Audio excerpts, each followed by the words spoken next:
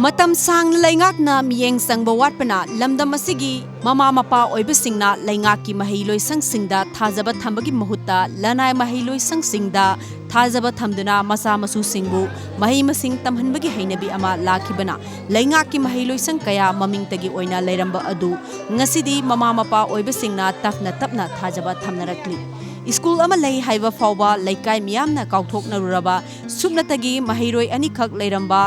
Laikon Upper Primary School ngasidi school adugi oza sing amadi laikai miyamna anoba asha amaga loinana anoba khongthang lokholakpana mahiroi yankhaiga taretna mahai masing tamhauri Thongju Kendrogi manung chanba kongbu makha nandaibam laikai da leiba Laikon Upper Primary School ngalingai matam kumja lising amaga chamapan marifuga tareta linkhatki Class Nursery dagi Class 8 fawba lairiba School asida mahiroi kaya signa saina bangamdana mahai tamlamki adubu laingaki mahailoi sangsingda tapna sidharakhibana maram oiduna School atuda tamlamba mahiroi singi masing hantharakhi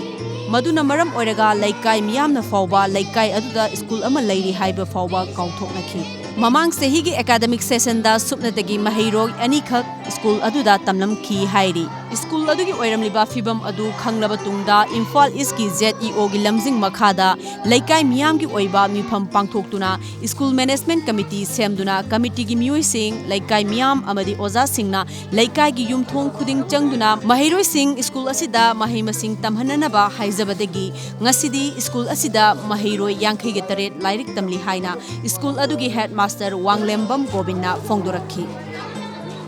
Mathang sahidadi soidnamaki mahairoi masing chamagi mathakta school asida mahai masing tamhannaba pandam thamli mahairoi singna school kaning naba za singna lanai gi sel khainaduna van service tawduna angang sing lokthok loksin tawri laingak na piba mahairoi singi phongphom thokpo sing mapung phana phanghalli midday meal numit khudingi pizari irai numit khudingi oina ye natraga yerum thongduna pizai madusu oza singna pali naina sel puthoknabani haiki Member tawayam yawe sigi lamdam sigi member se ma masaya roga koi numit mari ni chupna pung mapan dagina pung ama makhai bok se side khaidora 1 to mari se nakan mari se koi mari ni chatle koi ni chachar matam da mama pa sing si yum changaga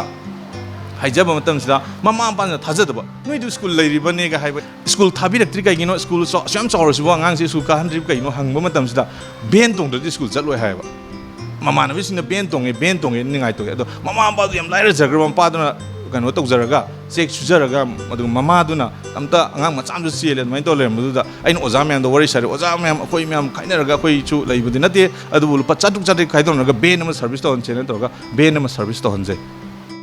Laikon Upper Primary School gi hojik oiriba fibam asida laingak na ahenba mieng sangduna mahiroi singi mama mapa oibe singna school asida thamliba thajaba asi mangkhidanaba hona haningi hainasu kongba GP gi pradhan amadi mahiroi singi mama mapa singnasu laingak ki pukning singsilakhi thamari manga sida yam develop torokpa adegi akoi gi site gi haga so koi gi pradhan adegi pradhan moina adegi member sing yauri adegi club ki